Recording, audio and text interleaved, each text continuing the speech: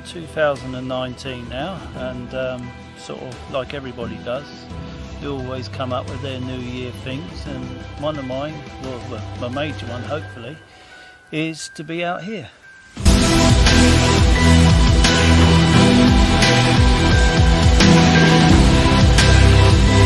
I've just been shocked. Jack has just told me that he's a bit of a connoisseur at doing these wraps, so he's going to show me. So this is well cool. You don't fold it at the bottom. Right. You fold it at the bottom like that. Right. Then you do that. And you do that. Oh my god. And then it has a hole in it. Cheers, bud. But Shut up.